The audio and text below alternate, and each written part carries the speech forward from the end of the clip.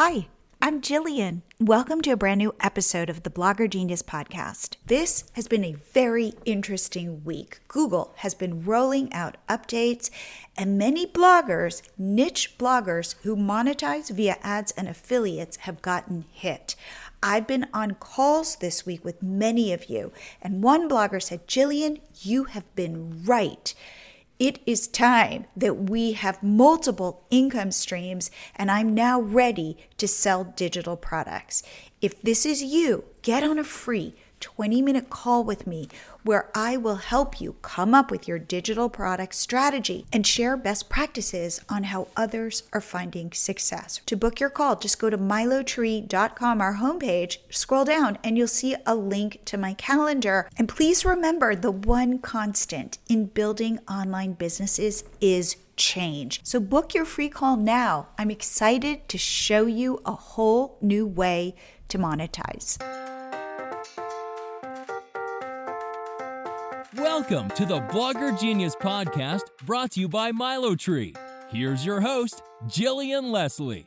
I'm excited to bring you today's episode. I'm interviewing Kayla Burton. She is the blogger behind Broken Oven Baking, plus she's a food blog coach.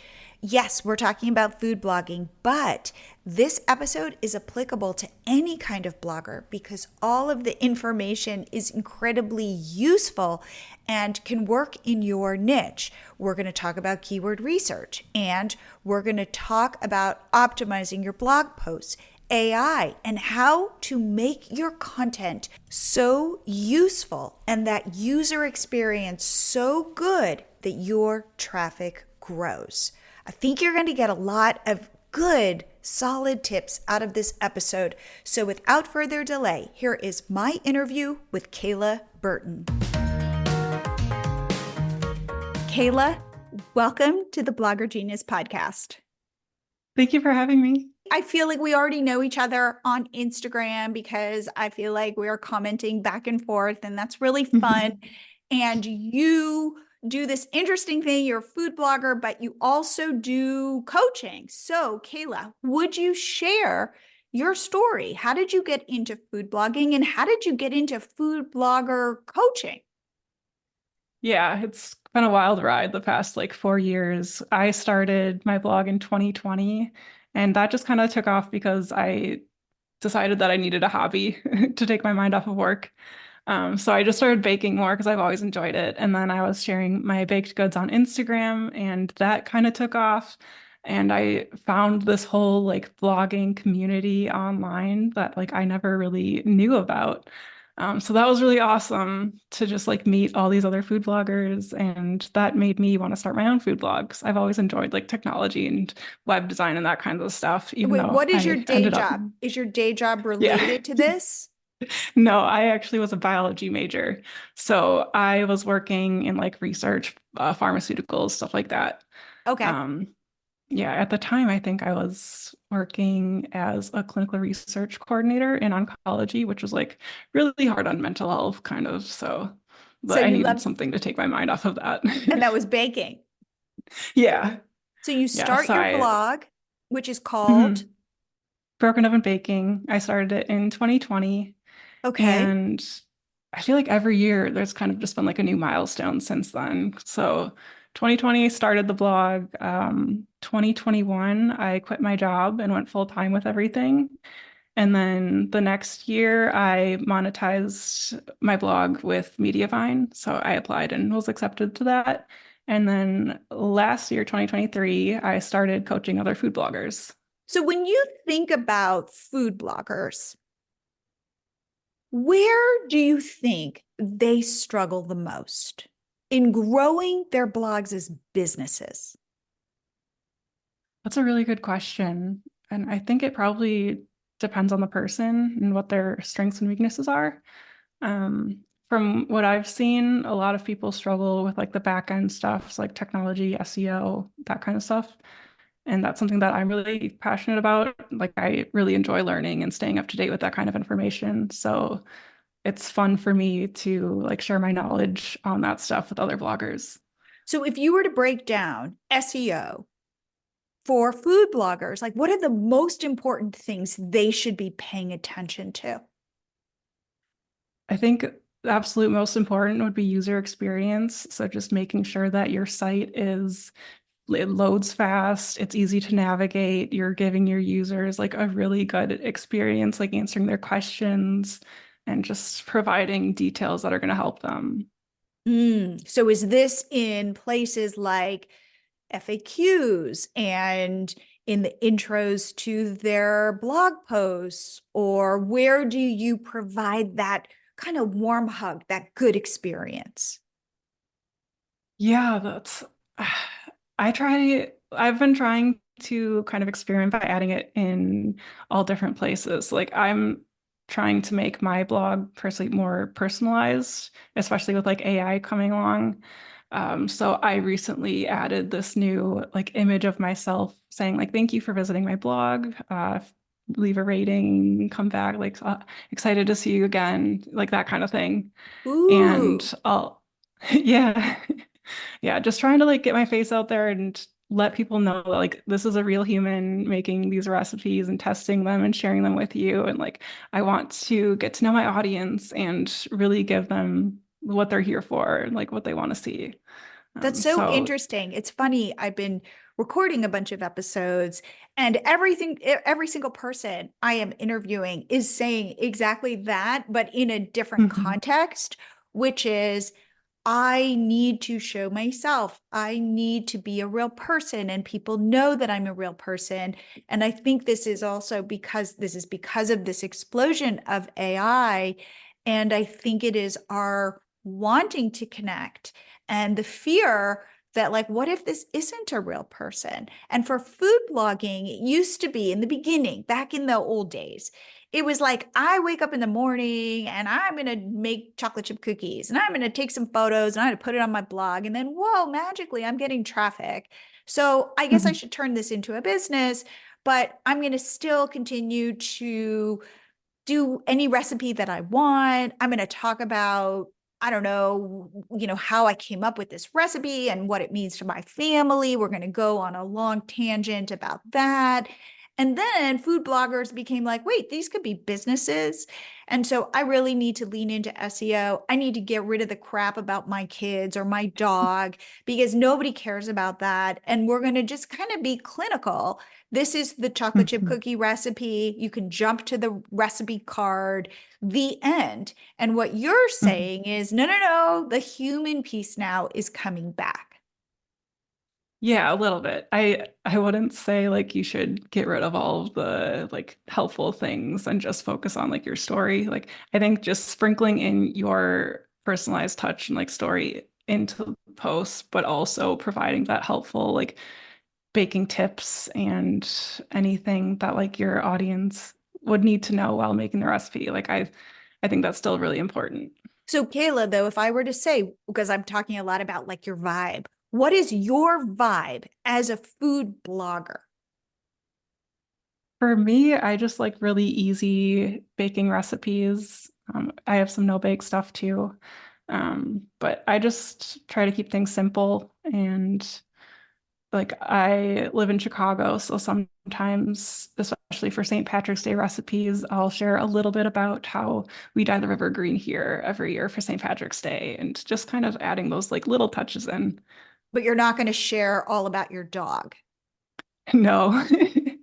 When you're coaching a food blogger, how do you say, go find a recipe to create? Are you looking for low competition keywords? Like, what is your strategy when it comes to figuring out what to blog about? Yeah, I think there are kind of two routes that you could go. So you can find those low competition keywords that are like lower volume, easier to rank for, and just go for like a lot of those and try to get more traffic that way. Or you can take another route and go for the keywords that are slightly more competitive with a higher volume that may take more time to increase ranking for it, but it might have a bigger payoff in the end if you do get up there and get that more traffic. So I tend to try to go for like a mixture. So going for those low competition ones, but also like if you see or like if you think about a recipe that you really want to make and it's a higher competition, like I'm not going to tell you not to make it. I think that as your authority grows, as you do this for more and more years, like you're going to be able to rank for those. You just might have to update the post every once in a while and keep trying to get those keywords that are higher competition. For your food blogger clients, do if they want to say go after a keyword that, a recipe that is very popular, do you go, okay, if you're going to do that, go do a Google search, go see what is ranking, and then go after those posts, like go try to beat those specific top, say, 3 to 5 posts? Oh yeah, I always do like a competitive analysis when I'm going after a keyword, and I always recommend that too. So you always want to look at Google and see what's actually ranking and kind of analyze those posts and think about what you can include in your post to try to compete with them. 'Cause we're all trying to get to that number 1 spot, right? So yeah, I always do a competitive analysis on Google and see what, because Google is going to rank what people like the most. It's kind of like a cycle. So like users go to the posts and tell Google that they like it, and then Google's going to keep pushing it up, kind of like that. So So what are yeah, you I think it's looking for? important. So when you look at the competitive posts, what are you looking for? What do you notice? Yeah, I will look at everything, like what ingredients it's including, what the title is, any kind of like modifiers that they're using in like the title. So if it's easy or chewy, like something like that. Also, just keyword densities, like keywords that are distributed throughout the post and different ways that they're worded. So, like different keyword variations. I'll also will look at image optimization. So, the basically file name should be like the keyword that the post is about. You should also make sure that it's like between 200 to 400 kilobytes, and then your minimum size should be 1200 pixels. I have like a image optimization guide kind of for Lightroom exporting, if that's free, if anybody wants to grab that. But yeah, just looking at make sure that the images have alt text. You're not keyword stuffing in your headings. Like there's just a lot that I kind of look at. Make sure that everything's filled out completely, like in your recipe card. Got it. Now let's talk about the tools that you use and you recommend other food bloggers that you coach use.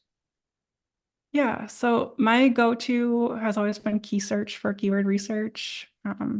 That's what I mainly use. I'll use like their content assistant in there where I'll like write the post out, and that kind of is just a helpful tool to that gives you like recommended keywords and things like that. Do you write the post I out and then do you input it into, like, how does that work? Or what are you looking Yeah, I'll for? write it in key searches, content assistant, and then I'll copy it over into WordPress. Um, I also use SEO Quake, which is a free Chrome extension, and that kind of just looks at like all of the headings and meta description, alt texts, keyword densities, all that kinds of stuff. Okay. Any other go-to favorite tools? I'm trying to think. Um,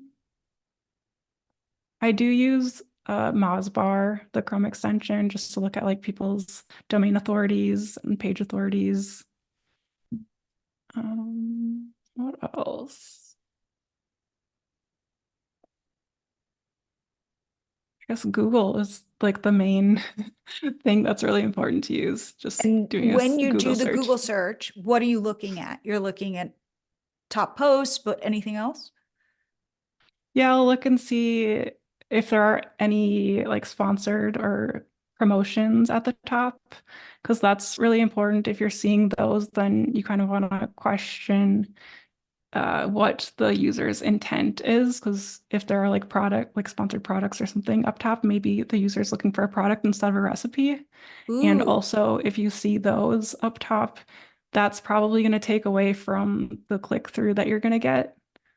because why? Because Because, they're at the top and like people are more likely to click on those rather than scroll down and find your recipe and click on it. Oh, that's the first time I've thought of that. That's an interesting way to think about it. That's a Mhm. very interesting way to think about like where you could be positioned on that page. Yeah.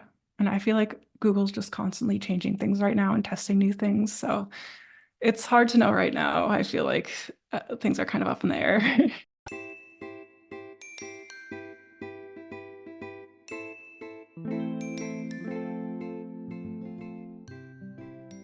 So you're ready to take the plunge, tap into a new income stream. You say, yes, I should be selling my knowledge as products and services, but how do I start? What kind of digital product should I create first? To answer this question, take my digital product personality quiz. It's 2 minutes, it's fun, it's easy, and it will direct you to where you should start putting your effort. To grab this, go to milotree.com/quiz.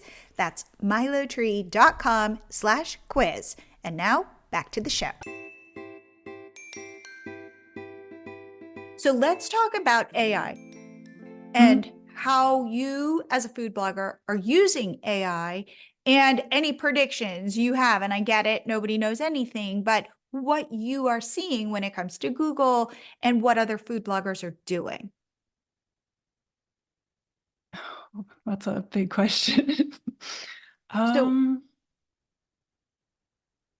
how are you using AI? so I use AI. I mainly have been using ChatGPT just for like copywriting or summarizing things, ideation. So, for example, if I have like my about page and I want to write that, I will say like I am a baking blogger that shares sweet recipes for brunch and dessert. Um, how can I structure my about page to be an authority on that topic or something like that? And it'll just kind of give you a bunch of ideas on what you can write about, include in your about page.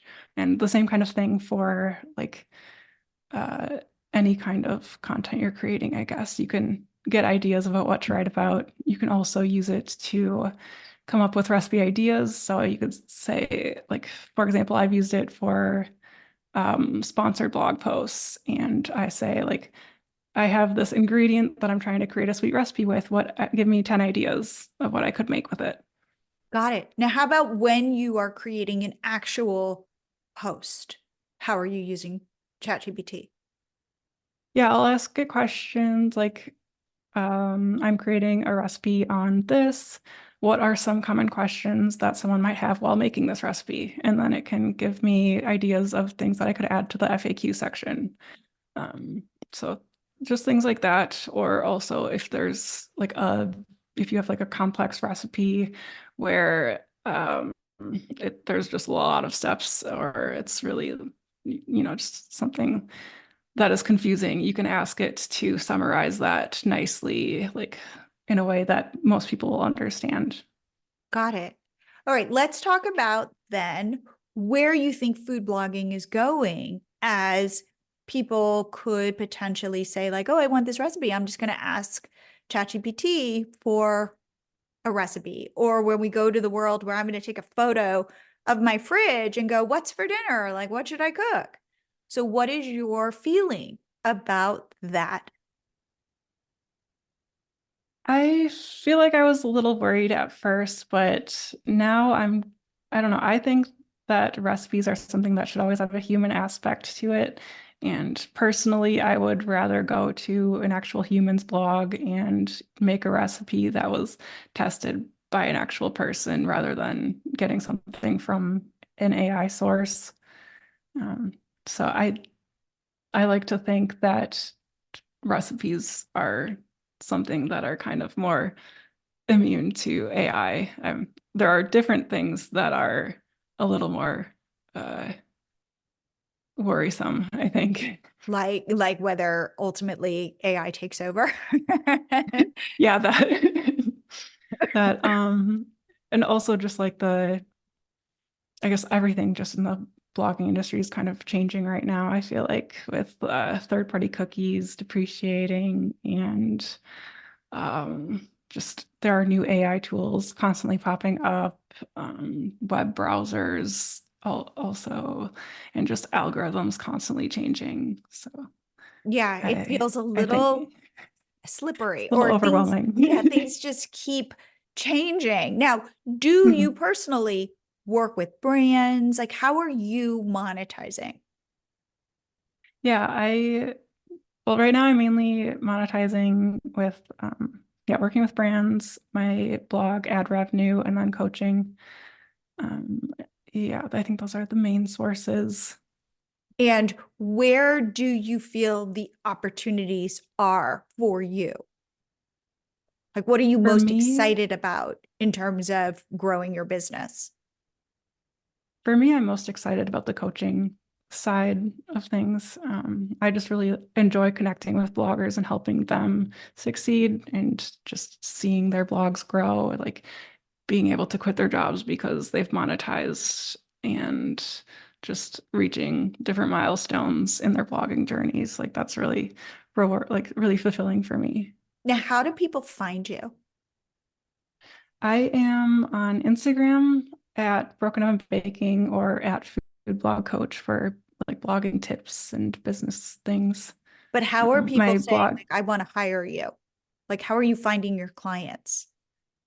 Oh, so I think I've kind of just connected with a lot of food bloggers over the years on my food blog account. So at Broken Oven Baking, and I've just made a lot of friends that way. And I've kind of focus since I like enjoy the SEO and technical side of things, I share a lot more about that than the actual like recipe creation. And so I think that's kind of led to me looking like more of an authority in that space.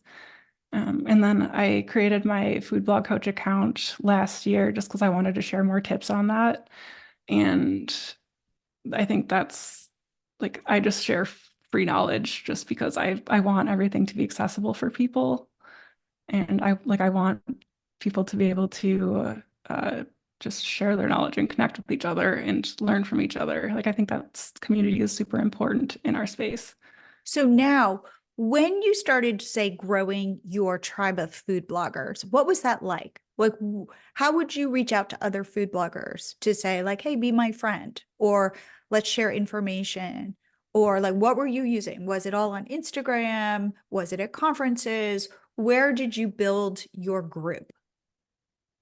Yeah, it's mainly been on Instagram, just like responding to people's stories or messaging them and just like connecting with them that way. I did go to an in-person conference a couple years ago, and I got to actually meet people in person there, which was really nice. But yeah, I'd say mostly it's been Instagram. Interesting. And you'll reach out and be like, hey, I like this recipe or that kind of thing. And then kind of how does the friendship spark? Yeah, I think it's similar just to like meeting someone in person. Like you just kind of have conversations every once in a while. And I think once Instagram realizes that you're talking to this person, they'll kind of pop up more and be top of mind. And you just kind of can relate to each other. I think food vlogging is like a kind of a lonely space because you're just at home testing recipes and doing all the back end stuff by yourself usually. And so being able to find those people that you can really connect with and that understand what you're going through and be able to talk about it is really nice. And are you guys sharing tips with each other or is it predominantly just cheerleading? hmm I I would say it's a mix of both. Yeah. I mean, I'm always an open book. Like if someone has a question, I'm happy to answer it. I really enjoy that kind of stuff. Just like sharing my knowledge. I don't know. I think it's fun. That's so interesting. So it's predominantly been through Instagram. That's how we hmm connected. Yeah. Wow, that's really neat. All right. So, in terms of your own business, are you, for example, leaning into email, to newsletters? Yeah, I've been trying to. I have two different email newsletters right now. So I have one for my food blog, and then I have one for the food blog coaching, where I Okay. send out like weekly tips. Um, and I think that my actual like food blog newsletter, I definitely need to work on that more. The coaching one has been a lot easier for me since I enjoy sharing that kind of stuff more than I enjoy making recipes, honestly. Got So, it. yeah. And where do you think food bloggers are when it comes to social media? So, do you feel like they are having success on TikTok, on Instagram, on Facebook? Where do you feel food bloggers, or nowhere because they're so keyed into Google and SEO that the other stuff kind of falls by the wayside? I think people see success like everywhere. I've seen people grow uh, on Instagram, Pinterest, YouTube, TikTok, like Facebook. I think it's just finding your audience and growing it there. Do you feel like as a food blogger, the more niche down you are, the more success you will find? I think generally, yeah. Okay. And do you think food bloggers need to be making video? I think it helps. Video seems to be becoming more and more important. So I would say if you have the capacity for it, it's definitely important, especially like just give it a try and see how it goes. I think And some people where are kind of afraid. to do Oh, sorry. video? Yeah. And do you Yeah. recommend long videos like YouTube type videos or more short videos like TikTok type videos? Where are It you depends. seeing people have success? Yeah, I think it depends on where you are. So if you want to build up your YouTube audience and monetize there, then longer form, like horizontal videos are more important. But if you are focusing on growing on something like Instagram or TikTok, then the short form vertical videos are what you should be focusing on. Got it. All right, here we go. Predictions for the next 3 months, predictions for the next 6 months.